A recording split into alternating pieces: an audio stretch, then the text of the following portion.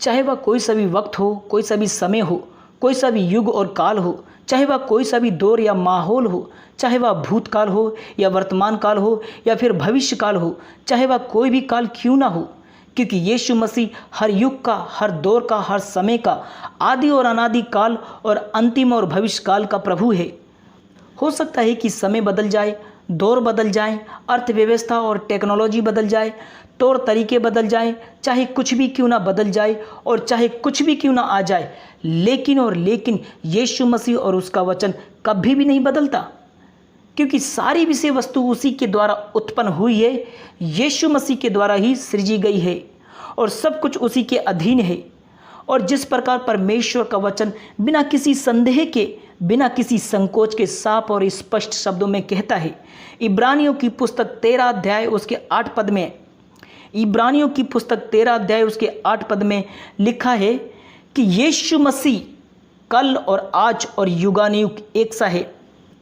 यहाँ पर कितनी बड़ी बात लिखी हुई है। यहाँ पर तीनों कालों को एक ही बात में समेट दिया गया है, एक ही बात में बता दिया गया है कि यीशु मसीह हर समय में युगानुयुग एक सा है। और इस संसार में मानवीय जीवन इन्हीं तीनों कालों के ऊपर निर्भर करता है। इन कालों के अनुसार, इन समयों के अनुसार मानव जीवन और मानव संसाधन और मानव विकास अदलता बदलता रहता है। पर यीशु मसीह कभी नहीं बदलता, जो इन कालों और समयों के ऊपर है और जो इनको बनाने वाला है, क्योंकि यीशु मसीह पहले था और आज है और हमेशा हमेशा युगानुयुग रहेगा। और जिस प्रकार परमेश्वर का वचन प्रकाशित वाक्य में कहता है, प्रकाशित वाक्य की पुस्तक 22 अध्याय उसके 13 पद में,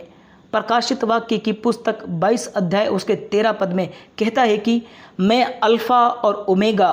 पहला और अंतिम, आदि और अंत हूँ। और ये वचन कितना ज़्यादा पावरफुल है, कितना ज़्यादा दृढ़ और शक्तिशाली है,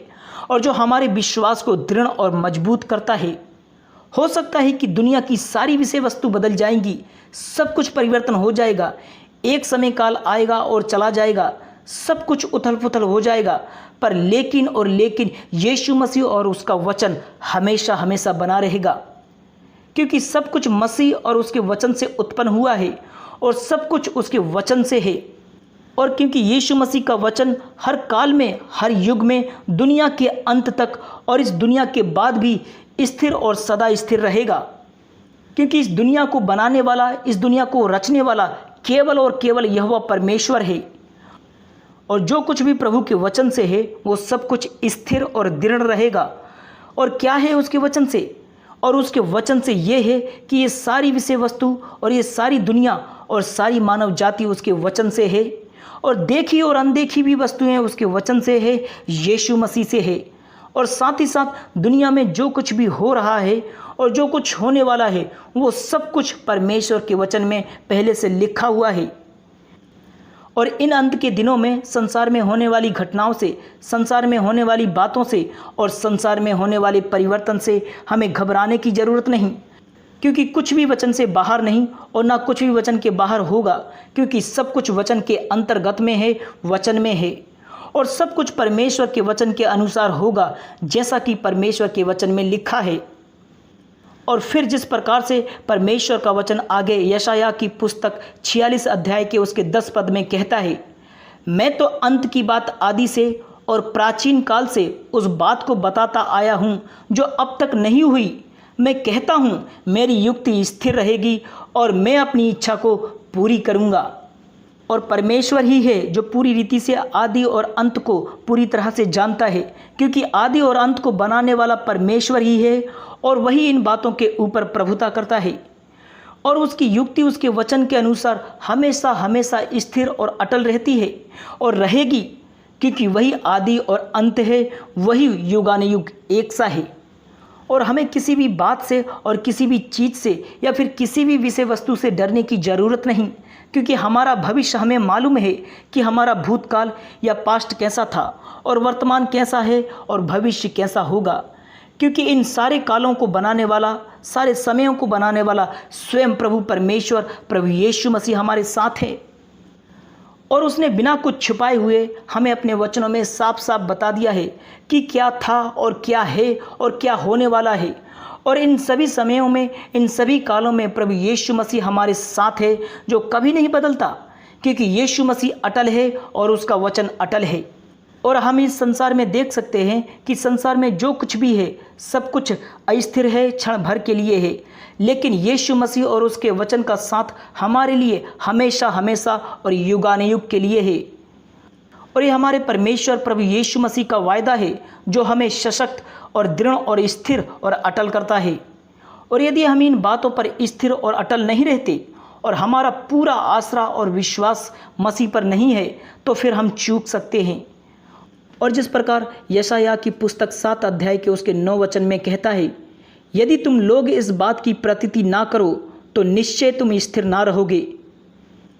इस वचन के अनुसार बात एकदम साफ है। यदि हमारा विश्वास का जीवन मसीह और उसके वचन पर दृढ़ और मजबूत नहीं है, सशक्त और अटल नहीं है, जैसा परमेश्वर का वचन हमें बताता है, और जिस प्रकार मसीह और उसका वायदा सशक्त और दृढ़ करता है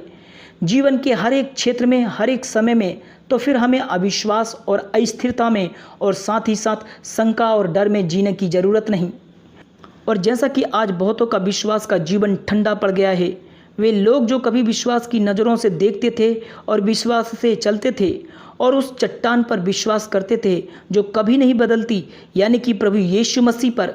लेकिन आज उनका जीवन अविश्वास का हो गया है और वे उन बातों पर कुछ यकीन नहीं कर पा रहे हैं कि अब ऐसा हो सकता है, जबकि उन बातों को होते हुए उन्होंने अपनी आँखों से देखा है।